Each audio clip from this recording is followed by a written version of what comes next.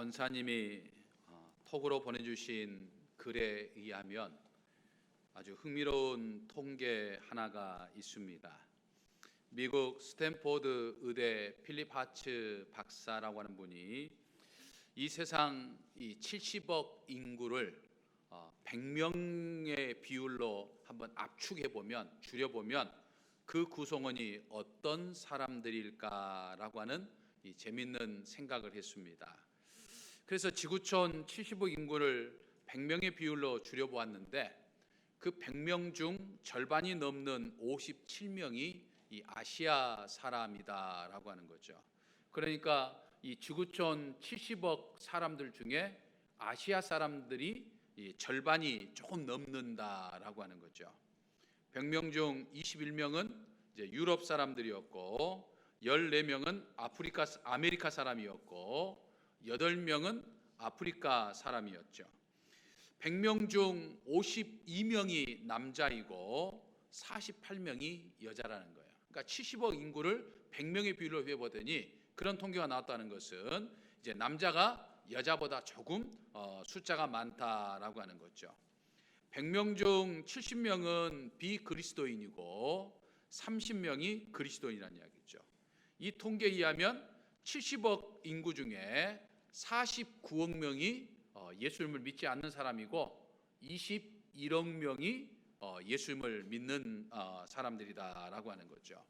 100명 중 20명만 자기 집이 있고 80명은 집도 없이 열악한 주거 환경에서 살고 있다는 거죠.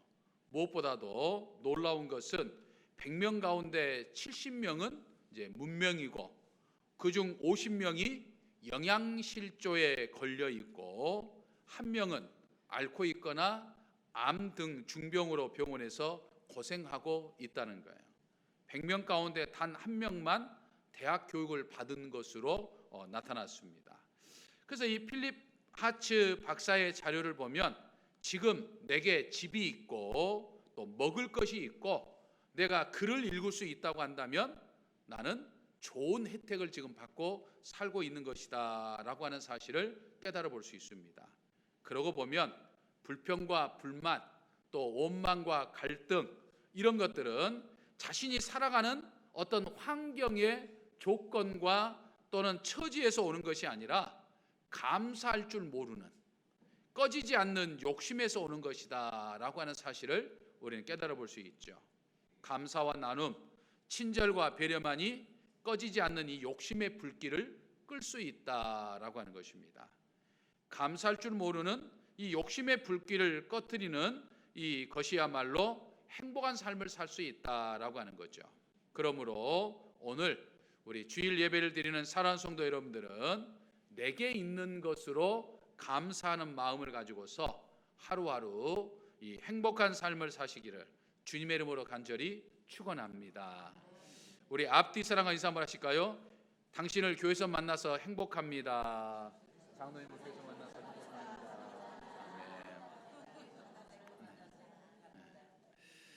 모든 사람이 공통적으로 갖는 소망과 바람이 있다고 한다면 그것은 아마 행복하게 잘 사는 것이실 겁니다. 그래서 모든 사람들은 이 행복하게 잘 살기 위한 소망과 바람을 이루기 위해서 각자 자신의 삶의 자리에서 시간을 투자하며 수많은 노력들을 해오며 살아갑니다. 그럼에도 불구하고 자신의 소망과 바람을 이루며 사는 사람은 그다지 많지 않는 것을 보게 됩니다. 왜 그럴까요? 왜 사람들은 행복하게 잘 살기를 원함에도 불구하고 행복하게 잘 살지 못할까요? 그 이유에 대해서 많은 사람들은 자신의 노력의 부족 때문이다 이렇게 생각을 한다는 겁니다. 그래서 내가 조금만 더 노력하고 내가 조금만 더 부지런하면 행복하게 잘 살 것이다 라고 생각하고 하루하루 더 열심히 일하고 노력한다는 거죠. 그러나 여전히 행복하게 잘 살고자 하는 소망과 바람은 좀처럼 이루어지지 않습니다. 왜 그럴까요? 오늘 또 행복하게 잘 살기 위해서 땀 흘리며 수고하는데 왜 내가 노력하는 만큼 행복하지 못하고 잘 살지 못하는 것일까요? 그 답은 우리의 지혜의 부족에서 온다라고 하는 사실입니다. 많은 사람이 행복하게 잘 살지 못하는 이유는 자신의 노력의 부족이기보다는 오히려 지혜의 부족에서 온다라고 하는 사실입니다. 정말 행복하게 잘 사는 것이 무엇이고 내가 정말 어떻게 해야 행복하게 잘 사는 것인지 대부분의 사람들은 잘 알지 못한다는 거예요. 야구 선수가 힘만 세다고 해서 매일 홈런을 치는 것은 결코 아니죠. 이 공의 중심을 잘 때려야 하고 또 이 방향이 잘 맞아야 합니다. 근데 인간은 지혜가 없어가지고 인생의 바른 방향을 갖지 못하기 때문에 제 아무리 홈런성 타구를 때린다 하더라도 그것은 전부 다 파울뿐인 인생이다라고 하는 것이죠. 사도 바울은 이 로마 교회 성도들에 보내는 편지인 이 로마서 6장 23절에서 제 싹은 사망이다 이렇게 이야기를 했습니다. 또 예수님의 동생이요 초대 예루살렘 교회의 지도자였던 야고보는 욕심이 잉태한즉 죄를 낳고 죄가 장성한즉 사망을 낳느니라 이렇게 이야기를 했습니다. 무슨 말입니까? 죄의 뿌리는 욕심이다라고 하는 것이죠. 그렇기 때문에 내 안에 자리 잡은 이 욕심이라고 하는 것을 버리지 못하고 욕심으로 인해서 죄를 짓고 살게 되면 사람이 제 아무리 똑똑하고 제 아무리 능력이 있고 사람이 제 아무리 부유하고 제 아무리 세상적으로 성공한 삶을 살았다 하더라도 절대로 행복할 수 없다라고 하는 거예요. 욕심을 버리지 못하거나 하면 똑똑하거나 유능할지는 몰라도 행복할 수 없고 잘 살 수 없다라고 하는 거죠. 욕심을 버리지 못하면 돈이 많아도 그건 돈이 많은 부자이지 행복할 수 없고 그것은 잘 사는 것이 아니다라고 하는 것이죠. 정말로 행복하게 살고 싶고 정말로 잘 살고 싶으면 우리는 늘 죄의 문제와 씨름해야 되고 죄의 뿌리가 되는 내 욕심과 싸울 수 있어야 된다라고 하는 거예요. 사도 바울은 이 죄의 문제, 이 욕심의 문제를 해결하기 위한 여러 가지 방법 중에 하나를 우리들에게 가르쳐 주고 있어요. 그것은 항상 기뻐하고 범사에 감사하라라고 하는 거예요. 여러분, 이 말씀은요 우리가 정말 행복하고 잘 살 수 있는 방법 하나를 우리에게 말씀해 주는 그런 말씀입니다. 지혜의 말씀이에요. 그러니까 우리가 정말 행복하게 그리고 잘 살고 싶으면 사도 바울의 권면처럼 모든 일에 감사할 수 있어야 된다라고 하는 사실입니다. 늘 감사할 수 있다고 한다면 늘 기뻐할 수 있기 때문이에요. 감사를 모르는 사람은 절대로 행복할 수 없습니다. 감사를 모르는 사람은 절대로 잘 살 수가 없는 거예요. 감사의 반대는 불만이죠. 그래서 늘 모든 일에 불만인 사람은 행복하게 살 수가 없는 거예요. 하지만 범사에 감사할 수 있다고 하는 것은 모든 일에 불평과 원망이 없다는 뜻이기도 합니다. 불만이 없으니까 늘 만족할 것이고 원망이 없으니까 늘 행복할 것이 아니겠느냐라고 하는 거죠. 그러므로 우리가 정말 행복하게 잘 살려고 하면 우리가 우리의 삶의 자리에서 열심히 노력하고 일하는 것도 중요하지만 가장 중요한 것은 우리가 감사할 수 있는, 욕심을 버리고 감사할 수 있어야 된다라고 하는 거예요. 다시 말하면 감사하는 것을 배울 수 있어야 돼요. 감사하는 것을 훈련할 수 있어야 돼요. 그래야 정말 행복할 수 있고 그래야 정말 잘 살 수 있다라고 하는 거죠. 사도 바울은 빌립보 교회 성도들에게 보낸 편지에서 내가 궁핍함으로 말하는 것이 아니라 어떤 형편에 있든지 나는 자족하기를 배웠나니 나는 비천에 처할 줄도 알고 풍부에 처할 줄도 알아서 모든 일 곧 배부름과 배고픔과 풍부와 궁핍에도 처할 줄 아는 일체의 비결을 배웠노라라고 이야기합니다. 어떤 형편에서든지 자족할 수 있는, 다시 말해서 만족할 수 있는 그런 비결을 배웠다, 그런 고백을 사도 바울이 한 겁니다. 그래서 사도 바울은 데살로니가 5장 16절 이하에서 항상 기뻐하고 범사에 감사할 수 있다라고 말할 수 있었던 거예요. 자족할 수가 있기 때문에 했다는 거죠. 사도 바울이 그와 같은 능력을 갖게 된 비결이 무엇입니까? 사도 바울은 그 비결을 이 빌립보 교회의 성도들에게 쓴 빌립보서 3장 7절에서 9절까지 말씀에서 이렇게 이야기를 합니다. 그러나 무엇이든지 내게 유익하던 것을 내가 그리스도를 위하여 다 해로 여길 뿐더러 또한 모든 것을 해로 여김은 내가 주 그리스도 예수를 아는 지식이 가장 고상하기 때문이라. 내가 그를 위하여 모든 것을 잃어버리고 배설물로 여김은 그리스도를 얻고 그 안에서 발견되려 함이니 내가 가진 의는 율법에서 난 것이 아니요 오직 그리스도를 믿음으로 말미암은 것이니 곧 믿음으로 하나님께로부터 난 의라. 이렇게 고백을 합니다. 무슨 말입니까? 사도 바울이 항상 기뻐하며 행복하게 잘 살 수 있었던 것은 세상 사람들이 욕심 부리는 것들을 배설물처럼 여길 수 있었기 때문이었다. 이렇게 고백을 합니다.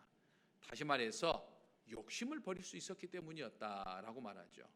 욕심을 버리니까 모든 것에 자족하고 만족할 수 있었게 됐고, 감사할 수 있었고, 감사할 수 있으니까 기뻐할 수 있었고, 기뻐하니까 행복하고 잘 살 수 있었다라고 하는 것을 말하죠.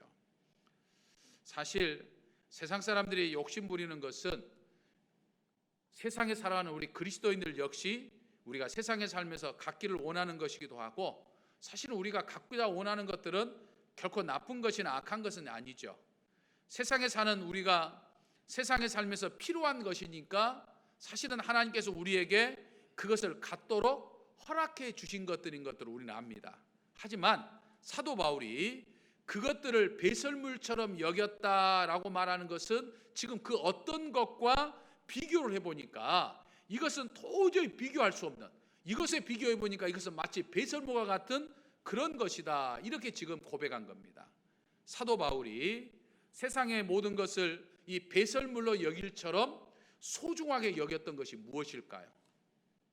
마치 밭에 감추인 보화를 발견한 사람이 자신의 모든 것을 다 팔아서 그 밭을 사는 것처럼 귀한 진주를 만난 사람이 그것을 위해서 전에는 자신이 그렇게도 소중하게 여기고 아까워하던 것들을 다 팔아버리고 그리고 이 진주를 사는 것과 같은 것과 똑같이 사도 바울이 세상의 모든 것들을 전부 다 배설물로 여길 만한 지금 귀한 진주, 이 귀한 보물을 찾았는데 그것이 지금 무엇이라고 이야기합니까? 그것은 바로 예수 그리스도임을 이야기합니다. 사도 바울에게 있어서 세상의 그 어떤 것보다도 예수 그리스도가 더 소중했다라고 하는 겁니다. 예수 그리스도를 아는 지식과 예수 그리스도를 믿는 믿음이 가장 소중했다는 거예요.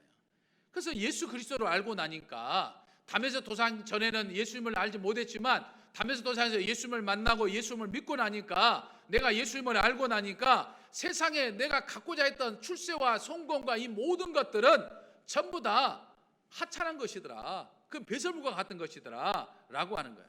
그러니까 세상의 모든 것에 대한 욕심이 없어지니까 어떠한 형편에서도 자족할 수 있게 되었다라고 하는 거죠. 어떤 형편에서도 자족하고 만족할 수 있게 되니까 범사에 감사할 수 있게 된 거예요. 범사에 감사할 수 있게 되니까 어떠한 형편에서도 항상 기뻐하고 행복할 수 있었게 된 거예요. 그래서 사도 바울은 예수 그리스도를 위한 삶의 결과가 박해였고 예수님을 믿는 결과가 고난이었지만 오히려 그 박해와 고난을 감사할 수 있고 기뻐할 수 있었다라고 하는 것이죠. 박해와 고난의 연속이었지만 그는 행복하게 잘 살 수 있었다라고 하는 것이죠. 그런데 사랑하는 성도 여러분, 사도 바울과 같은 삶은 사도 바울에서만 발견되는 것으로 끝나는 것이 아니라는 사실입니다. 정도의 차이는 있지만 사도 바울과 같은 삶을 하나님을 진실로 믿는 모든 사람들에게 나타나는 삶인 것도 우리는 보게 됩니다. 그와 같은 사실을 우리가 오늘 읽은 본문 시편 116편에서 우리는 살펴볼 수 있습니다. 여러분, 시편 116편을 기록한 시편 저자는 내게 주신 모든 은혜를 내가 여호와께 무엇으로 보답할까 이렇게 지금 고백하고 있는 것을 볼 수 있습니다. 이 말씀을 보면요, 지금 이 시편 116편을 기록한 이 저자가 정말 내게 주신 은혜가 너무나도 커서 내가 하나님 무엇으로 내가 하나님 앞에 보답해 드릴까요? 라고 고백할 수 있을 정도로 지금 시편 저자가 아주 행복하고 아주 어떤 즐거운 때를, 좋은 때를 보내고 있지는 않나, 이렇게 우리는 생각되어 줄 수 있습니다. 하지만 이 시편 저자가 처해 있는 이 환경과 그 형편을 보면 그렇게 기쁘고 행복한 것과는 전혀 상관이 없어요. 사실 오히려 정반대인 것들을 보게 됩니다. 우리가 읽은 이 116편, 우리가 12절부터 14절까지 말씀을 읽었습니다만 이 1절부터 4절까지 말씀을 보면 지금 이 시편 116편의 저자가 처해 있는 상황은 매우 공고하고 지금 힘겨운 상황이었음을 볼 수 있습니다. 얼마나 힘들고 어려운 상황이었으면 3절에서 사망의 줄이 나를 두르고 수월의 고통이 내게 이르렀다, 이렇게 표현까지 했겠습니까? 그런데 그런 자리에 서 있는 시편 저자가 정말 그렇게 힘겹고 처절한 상황에서 이 고백한 것이 무엇이었습니까? 내게 주신 모든 은혜를 내가 여호와께 무엇으로 보답할까? 이게 지금 시편 저자가 고백한 고백이었습니다. 여러분, 사망의 줄이 두르고 수월의 고통이 임한 고통스러운 상황 속에서도 시편 저자는 하나님의 은혜를 지금 생각하고 있다라고 하는 겁니다. 그러니까 어떻게 하면 이 하나님의 은혜를 내가 정말 보답할 수 있을까? 이걸 지금 생각했다는 거예요.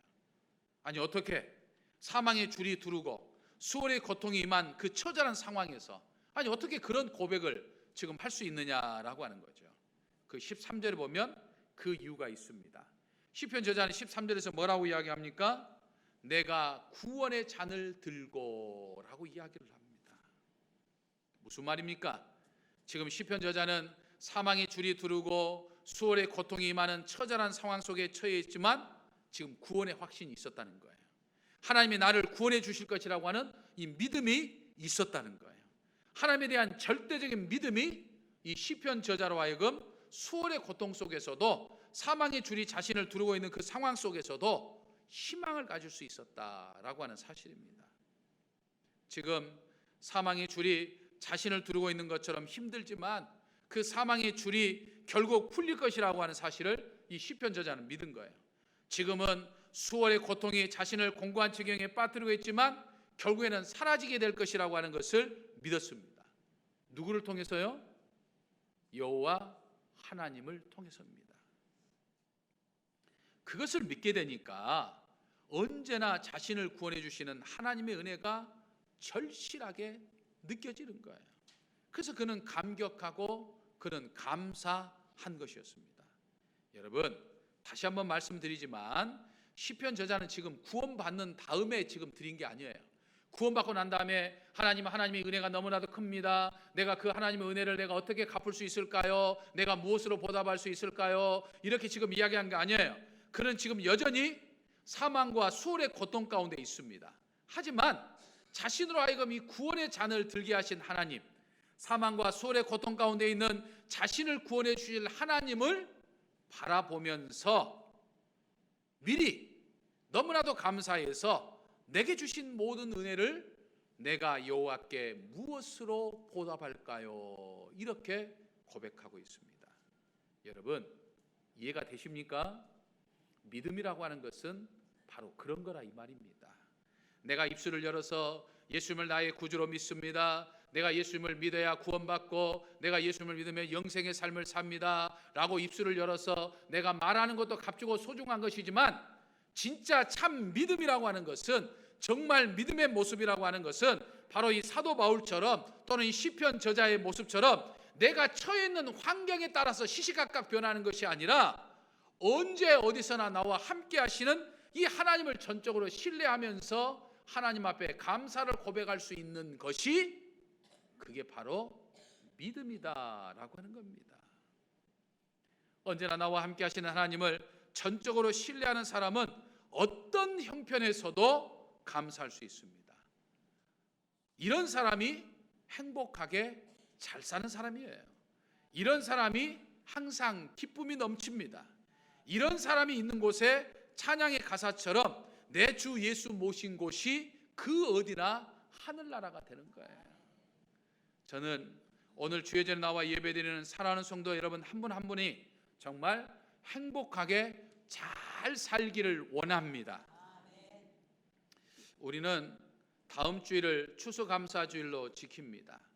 이제 서서히 한 해가 저물어가는 이때 우리가 지난 시간들을 되돌아보면 하나님께서 나와 함께 하셨던 것들을 기억해 보면서 우리는 이 하나님의 은혜를 생각하면서 하나님 감사합니다. 내가 이 하나님의 은혜를 무엇으로 보답할까요? 라고 고백할 수 있는 그런 시간을 우리가 보내야 된다라고 하는 거죠.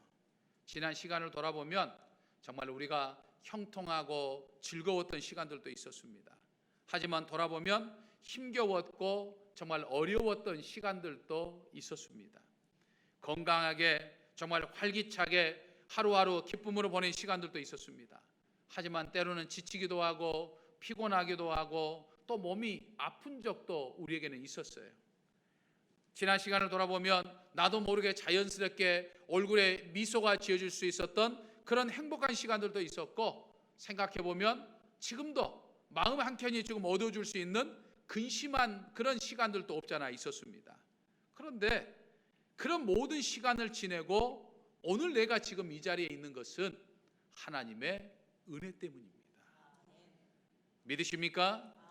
지나온 시간이 하나님의 은혜를 고백하는 사람은 감사할 수 있고 행복할 수 있다라고 하는 거예요.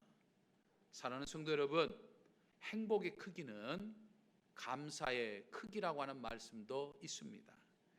우리가 행복하지 못함과 우리가 불행하다고 생각하는 것들은 사실은 우리의 형편과 우리의 처지와 우리의 환경에 있는 것이 아니다라고 하는 것이죠. 내 환경과 내 형편 때문에 내가 행복하지 못한다고 한다면 그것은 다분히 내 욕심 때문이다라고 하는 것이죠.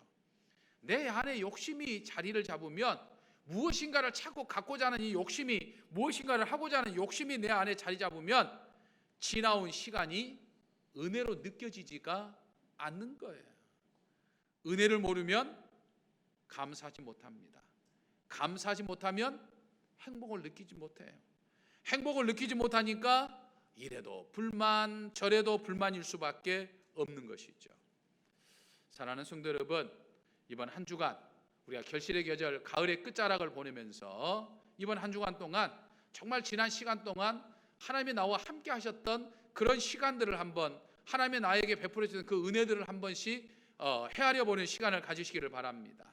그래서 내가 하나님께 감사하는 감사의 크기가 지금 얼마 정도인가라고 하는 것들을 한번 재보시기를 바랍니다. 그래서 돌아오는 추수감사주일은 어느 때보다도 정말 우리의 입술에서 하나님 감사합니다 라고 하는 이 감사의 목소리가 차고 넘쳐야 되고, 그래서 정말 행복한 추수감사주일을 보내는 저와 그리고 사랑하는 성도 여러분 되시기를 주님의 이름으로 간절히 축원합니다. 할렐루야.